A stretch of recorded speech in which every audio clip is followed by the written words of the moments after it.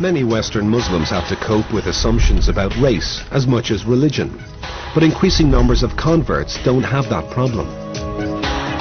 Fidelma O'Leary was born in Cork into a devout Catholic family, but followed that well-worn emigrant trail to America almost 20 years ago. I grew up in a household that prayed the Angelus when the church bells rang, prayed the rosary as a family together almost every evening. For Mom and Dad, you know, being Catholic wasn't just about going to Mass on Sundays. Being Catholic was something that happened every day.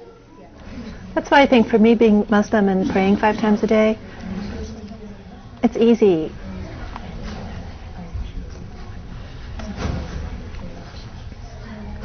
It was a process of becoming disenchanted with the church. I just pulled away from being a traditional Irish Catholic.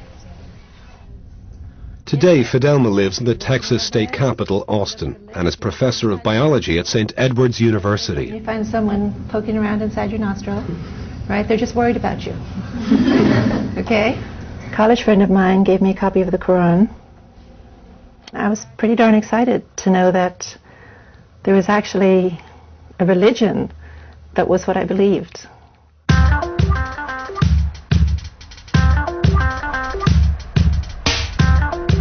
I've been Muslim for about 25 years. And I can remember a time when I was the only convert I knew. Now, I mean, my circle of friends is half converts. Most Friday mornings, Fidelma hosts a prayer group at her home. And among the faithful are 2 other Irish converts, Eileen and Michelle. Hey, we're 3 lovely lassies from Erin. And I am the best of them all. The world is becoming quite secular. And I think that's okay for a while, but then people look for meaning and they look for significance. Jesus said, I am indeed a servant of Allah. He has given me revelation and made me a prophet. It's a very simple message. At the end of the day, it's a very simple message. There's God. Worship God.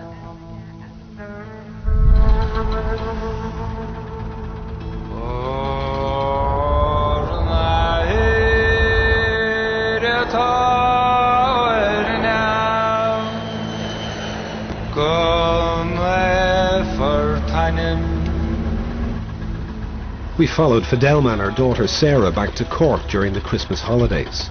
The journey would deliver an intimate encounter between a modern Muslim and Catholic tradition.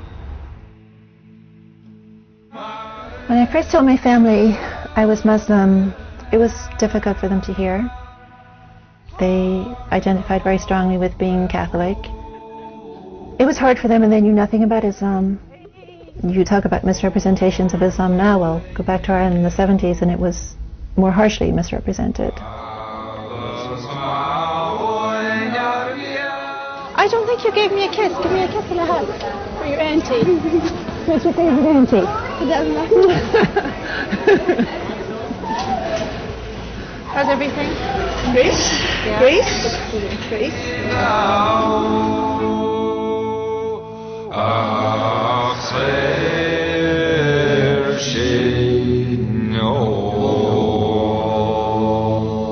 This is the small little part of Cork City that I grew up in as a child.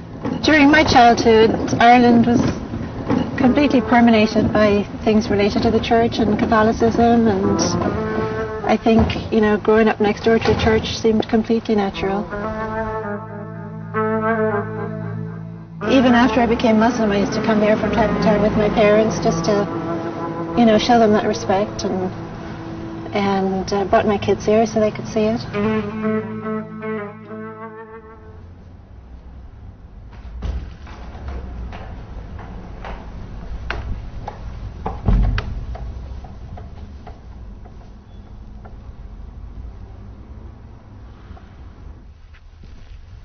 I'm kind of shocked at myself to remember that I used to go and kneel in front of these statues and pray to them. And the thought of kneeling at a statue of some virtuous person who passed away and praying to that person is ludicrous to me.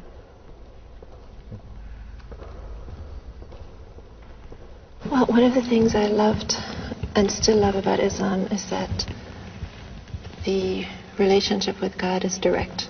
It's me and my Creator. And I don't require clergy people. I don't have to go through clergy to have access to God. So I can learn from scholars, but my access to God, my worship is direct. I stand before God and I worship, and I ask for help and I ask for guidance, and it's a very direct connection. And that means an awful lot to me.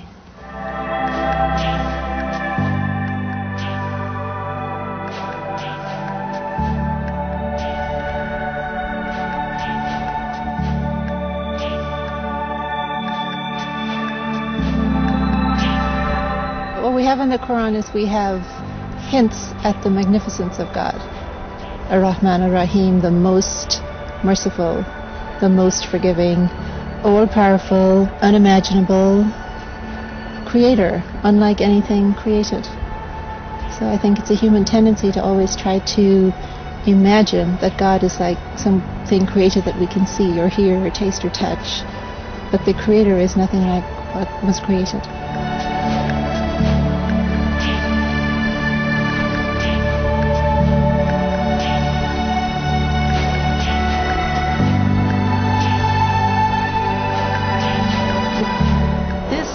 God's creation. Yeah. And this makes me want to submit myself to God.